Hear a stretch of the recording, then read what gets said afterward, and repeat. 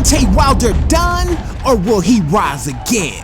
Well, you about to find out. But be warned, the following video is full of excitement, knockouts, and superheroes. But if you are the type of boxing fan that as the video plays, the slightest mention of anything positive about Deontay Wilder upsets you and you flip out like this, or if you're the type of fan that as the video plays, the slightest bit of criticism about Deontay Wilder upsets you and you flip out like this,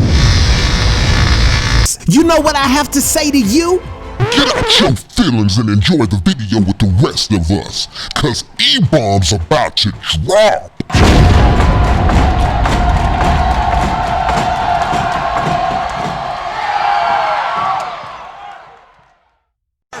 As Wilder's in bad shape, this fight is over.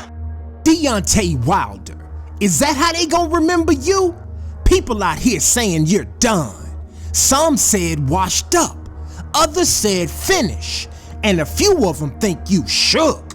But how you'll be remembered isn't up to them, me, or anyone else. Nah, that's up to you. So what's it gonna be, fam? Are they gonna remember you as the guy who got knocked down by Fury? Or a heavyweight beast who got up and used one of the sickest right hands of all time? Like this. Yeah, like this. Yeah, like this. Yeah, like this. Let's go. The true story of your life is not written nor based upon whether you fall or not. Cause truth be told, we have all fallen. Even those that are undefeated in the ring have fallen in life. So the real story is not about getting knocked down, because that's gonna happen. The real story is about whether you get up or not. So now the spotlight's on you, Deontay. What you gonna do?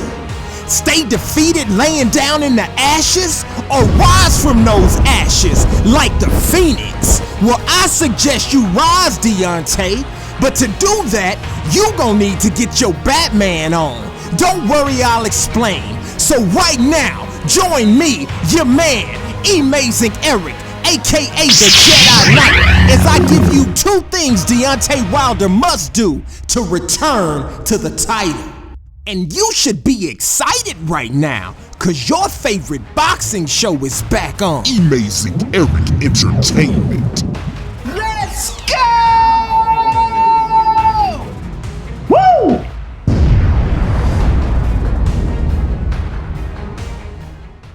E-Fam, what's good? Woo! I'm hyped up today, y'all. Today, I'm bringing you some heavyweight boxing. That's right, I'm about to get my Mr. Boxing Today on. Listen, Mr. Boxing Today is the place to go if you are a boxing fan that feels you need a deeper dive into the heavyweight division, like we don't cover it enough. This is your channel. This brother covers the heavyweight division, the contenders, the up-and-comers, the champions, all of it. You can find it right here, Mr. Boxing Today. Go subscribe to that channel.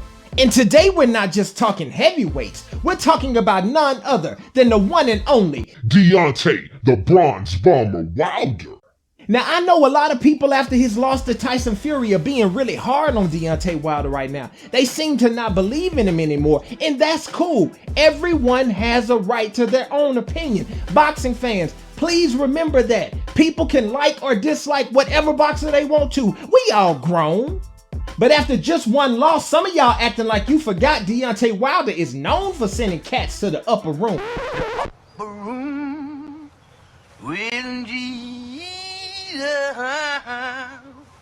Whoa, that sounds so nice. I gotta sing it myself. Let me get a little bit of that, Eddie. The upper room when Jesus, yeah. For those that don't know, the upper room is when you get knocked out and you go in this weird state, somewhere between awake and sleep. Deontay Wilder used to put people there on the regular. And Deontay Wilder's right hand is so strong, he can hit you in the forehead, knock you smooth out, send you right to the upper room, just like he did Luis Ortiz in the second fight.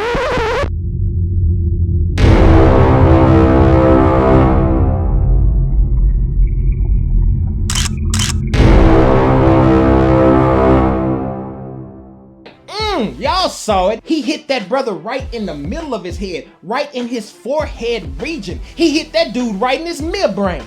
That's right, midbrain. M-E-A-B-R-A-I-N. What's up, E? You making stuff up now, fam. Midbrain? Dude, what you talking about? I didn't make that up. I'm trying to shoot a video, fam. I didn't make that up. That's real. The midbrain is real. Man, ain't nobody ever heard of no midbrain. Bruh, for real. Evander Holyfield said that. I got that from Holyfield. Holyfield did not say no mess like that. You don't believe Holyfield said that? You coming here with all this mess, got my people believing your lies. I'm gonna prove something to you, fam. Evander Holyfield did say midbrain. Watch. When you get a hit right here, somehow it's kind of burned right here in the midbrain. In the midbrain. I told y'all, midbrain. You heard what Holyfield said. Holyfield said, when you get hit right here, almost it like kind of burn right through your midbrain right this. Oh!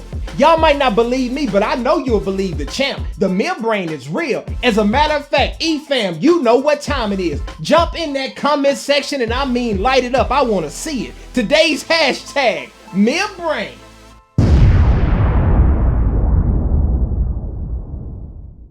The first thing that Deontay Wilder should do if he wants to regain his titles is Take constructive criticism and get better.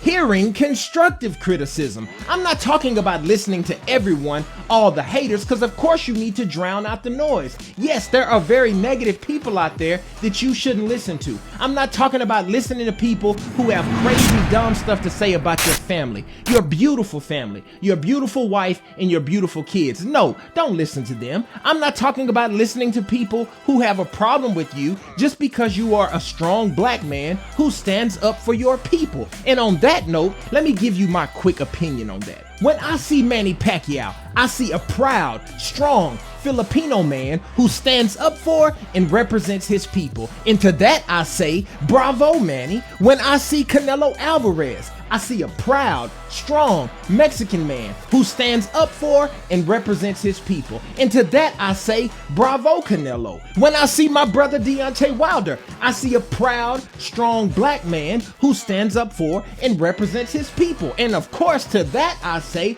bravo.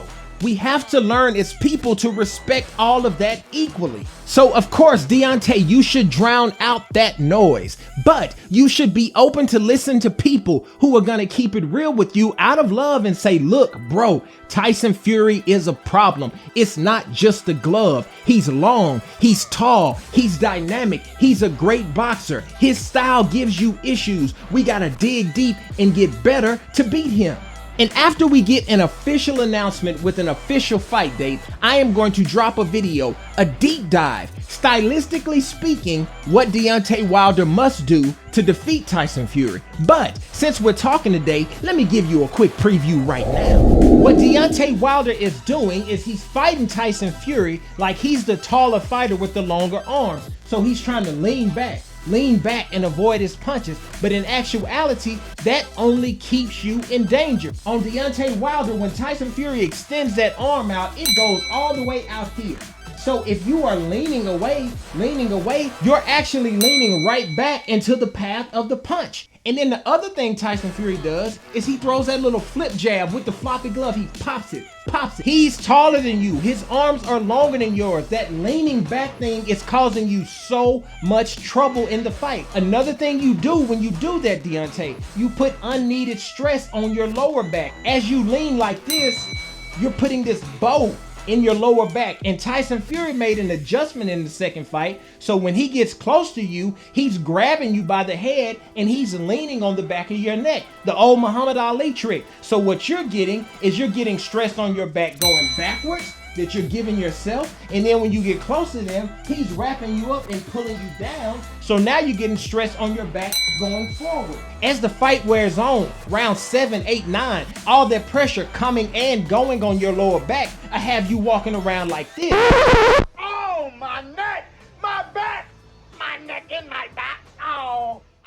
Oh Lord, my back. My spleen. Deontay, what Tyson Fury and his trainer Sugar Hill did is they looked at you, they looked at your body type, and they came up with a plan for you. They saw that you're a slender built guy with slender legs. And so Tyson Fury came in extra heavy, 270 plus pounds, grabbing you, leaning on you, trying to wear down your back and your legs. That's why he had all that extra weight, bro. Don't help them do their job, fam. Make them work for it. And speaking of making them work for it, let's real quick talk about different ways you can neutralize and at least make Fury have to work harder to find you with his jab. So what can Deontay Wilder do to control that jab, to neutralize that jab? Here's a few quick tips for Deontay. Tyson Fury have to find you with his jab, because right now he knows where your head is going to be, Deontay. He's either shooting you straight or popping you, shooting you straight or popping you. Your head is just like the camera in front of me right now. The only difference is it's moving back and forward, but it's still on the same straight line as the camera. So I can just all day shoot here, all day shoot here, shoot around like this, shoot around like this. I know where it's going to be. If you move your head off the line, got it low every once in a while, what? I have to find it now. I have to try to look for it. I can't just feel comfortable. And this helps create the stress and fatigue in Fury. He can't be cool and just shoot you. He's trying to find you with that jab. It starts to wear him out. And the last little morsel I'm going to give you today on dealing with Fury's jab. This is a technique we teach the kids in the gym. I like to give them all creative names so they can remember it. I like to call this the slip and slide. In other words, as he's shooting that jab at you, you slip it like this, you can slip it like this, slip it like this, slip it like this. But you're also sliding in. You're getting closer to him where you can make him uncomfortable and drop that big right hand on him. So as you slip, you slide. You slip, you slide. You slip, you slide. Move your head, slide in, get closer to Fury. As he misses the jab, step closer. This will create distress within Fury. Also, it'll get you inside his reach. Now you can unload that big right hand. Constructive critique and criticism. Ooh, y'all got me sweating. Let me go dry off real quick. Okay, we're back, and oh, the spirit just hit me. It's shout out time. Shout, let's give a shout out. Shout, time for shout out. Shout, woo, shout out. Today's shout out goes to my man, Big Chief Boxing, aka Coach Scooby. But Coach Scooby, the real shout out is not to you today. The real shout out is to the young champion, his son, Elijah. Elijah, your dad told me that you were a fan of Emazing Eric, but let me tell you this, young man, I'm a fan of yours. I love what you're doing. You're boxing, you're listening to your dad. Keep up the good work, but I need you to do two things for me. Listen to this, youngster. I need you to first, keep your head in those books, stay on those grades, stay on those studies. Second, listen to everything your dad's telling you and become the best boxer you can be. And when you get ready, you know to come to Uncle E for your first interview. So from me, Emazing Eric, and the whole E fam, salute to you, young man. Keep doing what you're doing. Big Chief Boxing, stand up. Uh-oh, y'all, we made it. We're here. We're at that final level. That means it's time for today's final flash. And you know what that means. My man Vegeta, go ahead and hit him with that final flash so we can get this over with.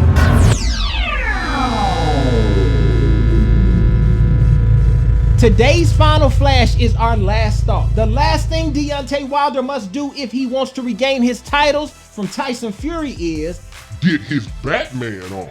And what I like about this one is actually Deontay Wilder is already doing this. So I should have titled this one, Keep Getting Your Batman On. Let me explain. One thing you have to know about Batman is when Batman shows up, he shows up big, but he does all of his work underground. Batman doesn't do a lot of talking about what he's gonna do. He's not out there bragging, talking big. No, he's down in the lab, perfecting everything about himself. Whether it's his samurai sword game, whether it's his taekwondo, whether it's his punching, his hand game, he perfects everything about himself and he brings it in a big way when it's time to show up. When Superman showed up, he blew up Batman's spot, didn't he? Oh, he blew things down. Batman lost people when the building collapsed, but what did Batman do? He went underground. He prepared himself. He didn't tell people. He got himself together. He was quiet. He built a suit and he came back as a regular man and fought Superman in that suit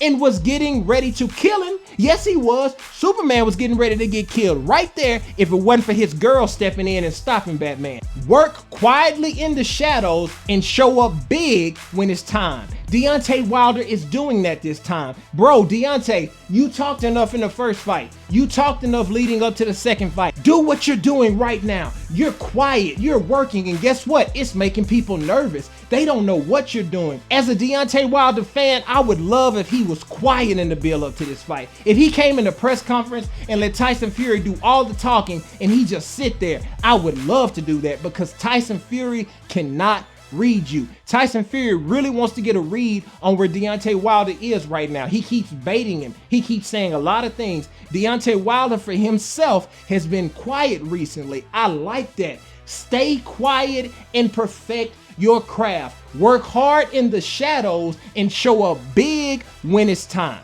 Deontay Wilder, get your Batman on, bro.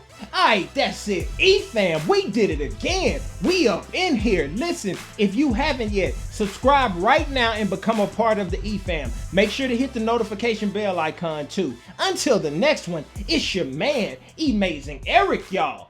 Peace.